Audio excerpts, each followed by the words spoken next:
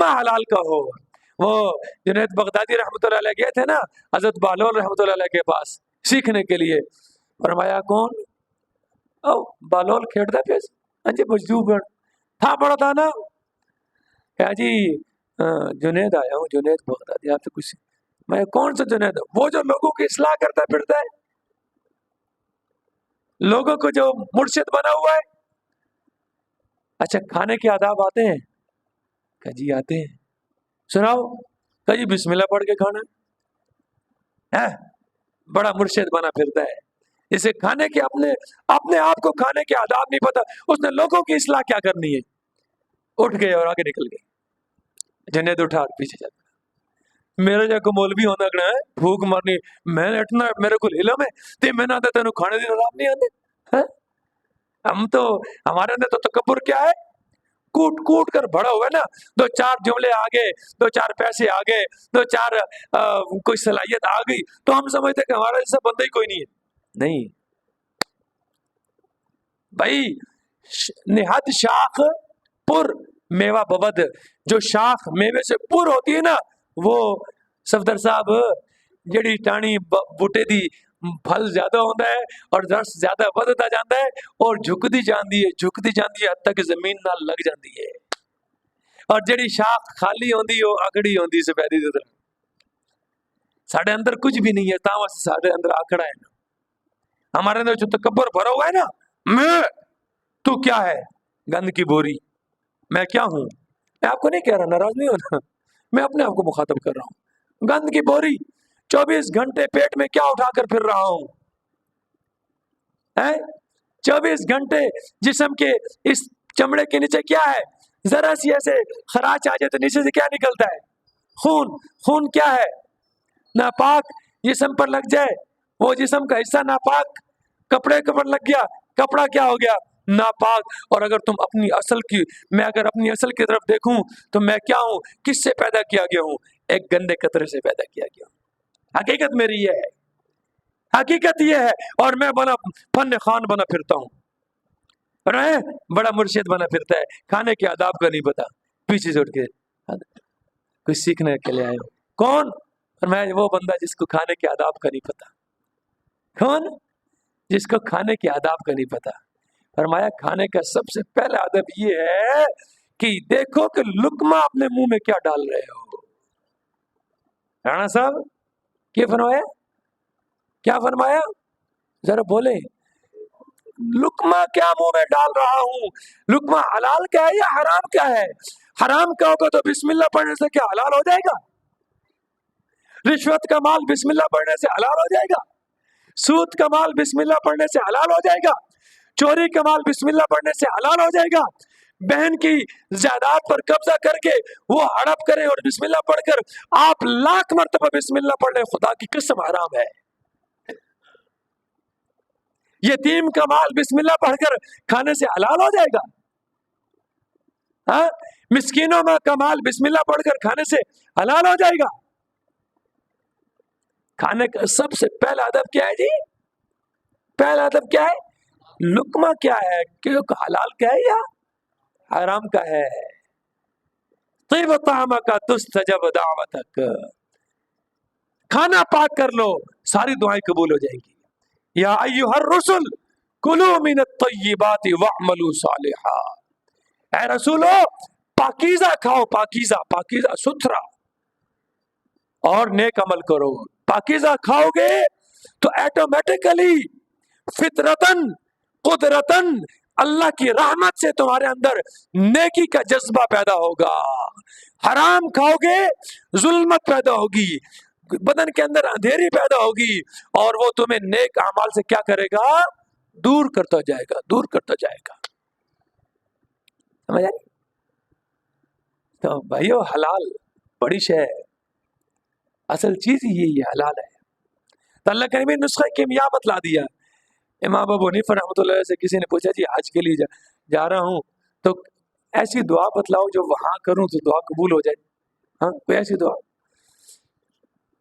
تو آپ نے فرمایا کہ جب بیت اللہ پر مشہور ہے نا، اور یہ ہے بھی صحیح کہ جب پہلی نظر بیت اللہ پر پڑے تو جو مانگو وہ مل جائے گا. تو آپ نے کیا فرمایا؟ اللہ سے دعا کرو اللہ مجھے مستجاب الدعوات بنا دے.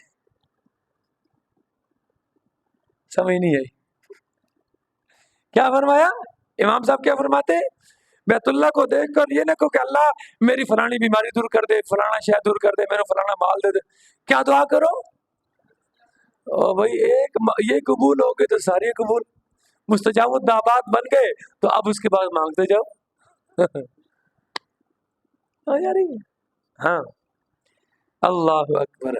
تو اللہ کیا فرماتے ہیں میرے پیغمبر، آپ اعلان کر کے کہہ دیجئے انما اتبع ما یوحی الی من ربی، بے شک میں تو پیروی کرتا ہوں اس حکم کی جو میری طرف کیا جاتا ہے، اس وحی کی جو میری طرف کی جاتی ہے. کس کی طرف سے؟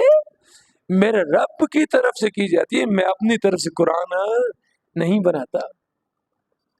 ھذا بصائر من ربکم، یہ قرآن بصیرت اور دانش ہے.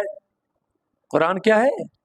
یہ تو آنکھیں کھولنے والا ہے، یہ تو انسان کی حقیقت کو انسان کے سامنے ظاہر کرنے والا ہے، یہ تو انسان کے سامنے اس کی دنیا کی حقیقت بھی اور آخرت کی حقیقت بھی کیا کرنے والا ہے؟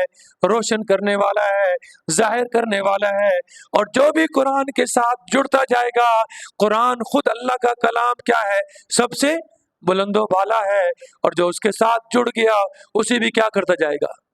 بلند و بالا کرتا جائے گا. ھذا بصائر، یہ بصیرت کی باتیں ہیں، یہ دانش کی باتیں ہیں، یہ عقل کی باتیں ہیں. من ربکم، کس کی طرف سے؟ تمہارے رب کی طرف سے. ایک وہدن، اور یہ قرآن کیا ہے؟ یہ ہدایت ہے، یہ سیدھا رستہ بتلانے کے لیے ہے. ورحمتن، اور یہ کیا ہے؟ رحمت کا ذریعہ ہے. لقوم یؤمنون، کس کے لیے؟ ایمان والوں کے لیے ہے. ایمان بنیادی شرط ہے میرے بھائیو، یہ انہی کے لیے رحمت و بصیرت بنے گا، ہدایت کا ذریعہ بنے گا جو کیا رکھتے ہیں؟ ایمان رکھتے ہیں، اس کو سمجھ کر پڑھتے ہیں. وَإِذَا قُرِئَ الْقُرْآنُ، اور جب قرآن پڑھا جائے، فَاسْتَمِعُوا لَهُ، تو اسے توجہ سے سنو. وَأَنصِتُوا، اور خاموش ہو جاؤ. لَعَلَّكُمْ تُرْحَمُونَ، تاکہ تم پر رحم کیا جائے. وَإِذَا قُرِئَ الْقُرْآنُ، اور جب قرآن پڑھا جائے، چاہے ایسے پڑھا جائے چاہے نماز کے اندر پڑھا جائے، جس وقت بھی، یہاں کوئی کیفیت تو نہیں ذکر نا، کسی ایک حالت کا ذکر تو نہیں ہے نا، ہر حالت، جب بھی جس وقت بھی قرآن پڑھا جائے تو کیا کرنا ہے جی؟ فَاسْتَمِعُوا، تو اس کو کان لگا کر سننا ہے. اچھا کان لگا کر بندہ کب سن سکتا ہے؟ جب خود کیا ہوگا؟ خاموش ہوگا. اور جب خود پڑھ رہا ہو ساتھ ساتھ تو توجہ سے سن سکتا ہے.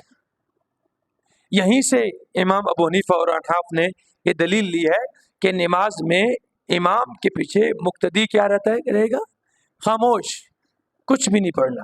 مقتدی امام کے پیچھے، ہاں اکیلا پڑھ رہا ہے، اکیلی نماز پڑھ رہا ہے تو سورۃ فاتحہ بھی پڑھنی ہے، سورت بھی ملانی ہے.